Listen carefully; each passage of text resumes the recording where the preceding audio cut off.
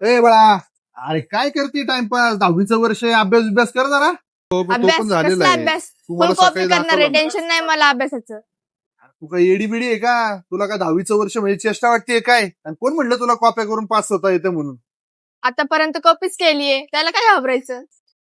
अरे 10वीचे पेपर कसे असते तुला माहितीये का? काय रे दादा?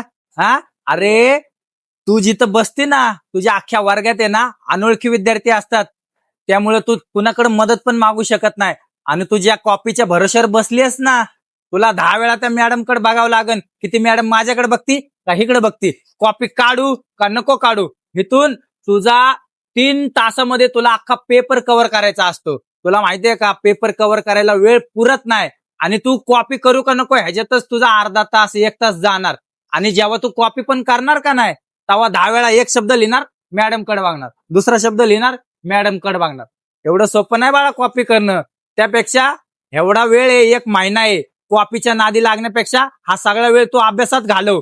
काटावर पास होऊन दाखव, पण कॉपीच्या नादी लागू नको. तू अभ्यास करूनच पास हो.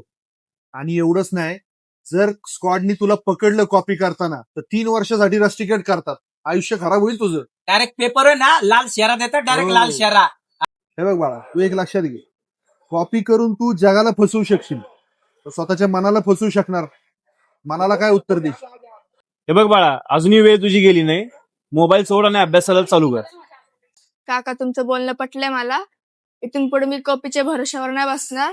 अभ्यास करून माझ्या मेहनतीवर मी पास होणार.